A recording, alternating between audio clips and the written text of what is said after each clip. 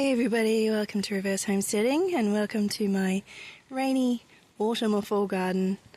I just love these autumn leaves. I haven't had fruit trees long enough to, these kinds of fruit trees long enough to really appreciate the colours. They're just amazing. The nectarine has already lost its leaves, but yeah, the apricot and cherry are still going.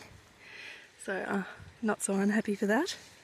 Thought I'd show you my little babies in the garden. I saw them pop up a couple of days ago, but thought I'd wait until you could actually see them properly on the camera. Here are my little parsnip babies.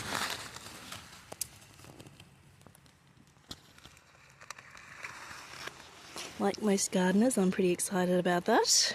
There's most of a packet in there actually, because they weren't coming up.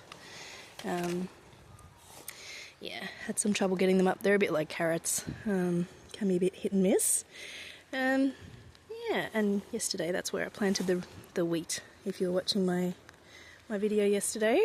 And finally my blueberry is turning autumn colours. I was starting to wonder if it wasn't actually a deciduous one, because yeah, other blueberries I've had in the past turned to autumn colours a bit sooner in the season than this, but we have had a very warm autumn so far. But now, I'm not sure, I didn't go back and check the weather to see if we actually did get the coldest week in autumn for a very long time.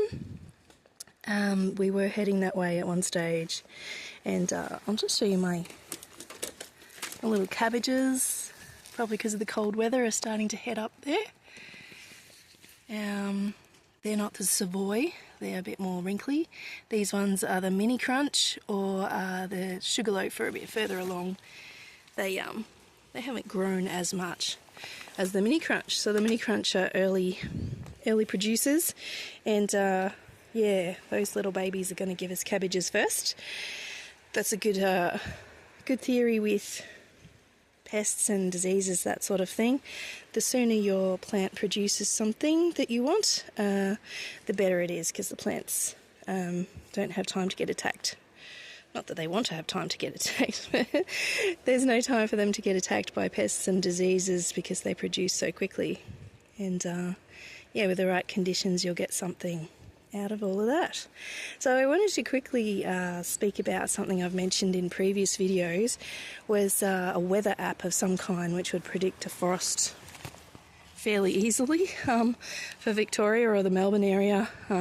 Melbourne is known as the city with 4 seasons in one day, so you can get, you know, 35 degrees, 40 degrees, summer day, and end with hail and freezing cold temperatures in weather warnings.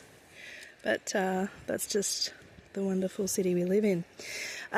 Yes, we have been watching in far north Queensland when we're up there, Weather Watch New Zealand. I think it's weatherwatch.co. I'll put the link in the description.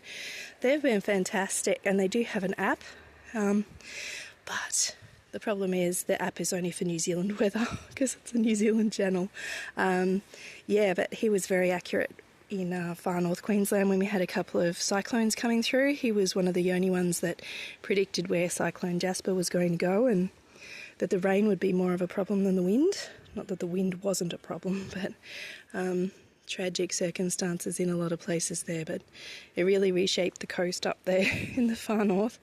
But yeah, his weather watching, I guess, his meteorological expertise is pretty good.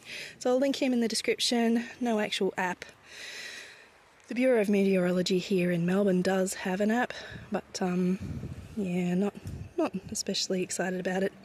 So I don't use that one. But yes, the New Zealand guy might be a good place to start, but in the end, it's just a weather prediction, it's not a certainty. So all the best with any frosts you may be expecting, whatever you've got in the garden. I hope you're having fun. Thanks for watching, and I'll see you next time.